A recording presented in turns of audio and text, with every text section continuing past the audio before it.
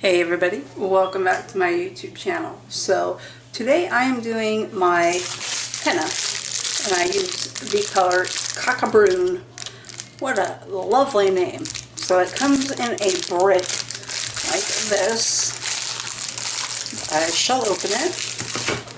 This is a very tedious job, but it is much better for your hair, and in the end it is worth it. So keep that in mind.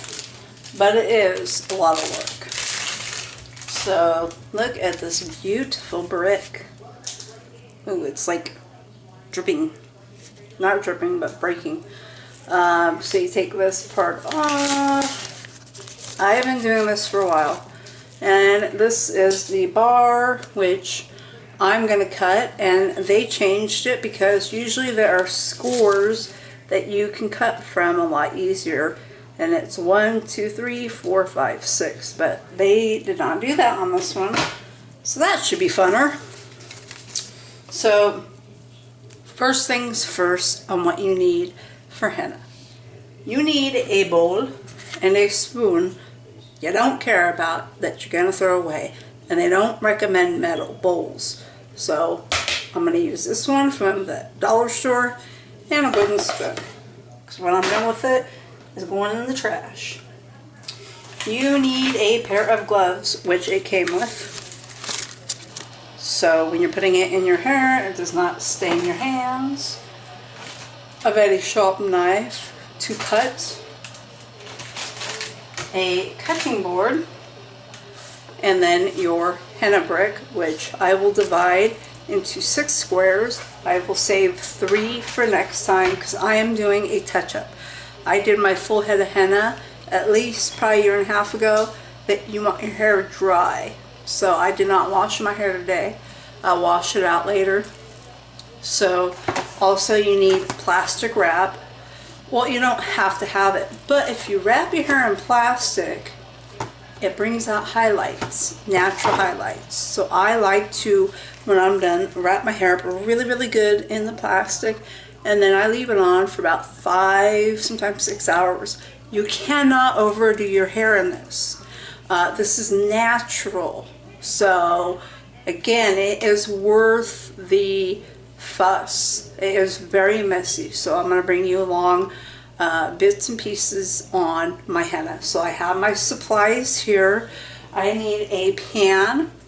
So let me grab my pan, which I did not do. I'm going to boil water in the pan. I'm going to cut half of this and make it into just like little tiny slivers. So when your water is boiled and you put your little slivers of your henna in here and you mix it, you want it to be thick like a brownie mix, but not too thick. Okay, so that is your first step. Cutting your bar of henna, boiling your water, and having your supplies. This is just the beginning, because then I have to move into the bathroom. And I will bring you with me. This will be a interesting journey. I will take you with me until the end. And when I take out the saran wrap and I wash it out, and I'm done, you'll see results. I will see you soon. Well, hello everybody. Welcome back. So I have a towel that I don't care about, and a shirt on that I don't care about because they may get ruined, stained. I am in the bathroom now, and this towel is not cooperating. I want it under my hair. Okay. I have covered my floor in trash bags. It says newspaper, but whatever, it's covered. Here is the henna now. So I'm going to add a little more hot water because it's really thick. So I have brought my hot water in the bathroom. I'd always bring your hot water with you because it tends to thicken up right away, and you want to keep it kind of a brownie mixture. So as you're doing your hair and it thickens quick, you can add a little bit of water, and then that way it'll keep it going for you. It won't get all hardened. So they recommend that you put like a Vaseline something on your forehead, which all I have is a medicated chest rub, and I don't choose to put that on my forehead because I don't want it to burn. So I just wipe my forehead with my towel along the way, and it usually works out just fine. So if you have something, some kind of ultra balm, doesn't really matter what kind, just rub it along your forehead and underneath, and you're good to go. If you don't, just use a towel. So that is what I do. So I'm putting on my gloves, and I'm getting ready to put this on, and you start from the roots and down. You can use a brush if you have one to comb it through, or you can just use your hands. I just got my hair trimmed a week ago, so I'm hoping this will really grab and the color will really pop and get rid of these grays. So that's my main goal. So I'm going to go to town, get this in my hair before it hardens, and I'll be back. Okay, so I have put the henna in my hair. I have saran wrapped it. It looks like if you put it like an antenna, you could tune in some channels. So anyways, I want highlights. So the more you wrap your hair, the more, this says it'll give you a reddish hint of highlights. Make sure you wipe your ears, you know, around your forehead, the back of your neck, really good, because if you don't, you're going to wind up with green yucky crap. And it is messy. It is on my floor, but not literally, because I put trash bags down. So I'm going to roll the trash bags up, take them straight out back to the trash can, and throw them away. And then this is going in the trash. See what I mean? You are not going to want to clean and reuse. So make sure your bowl is trash.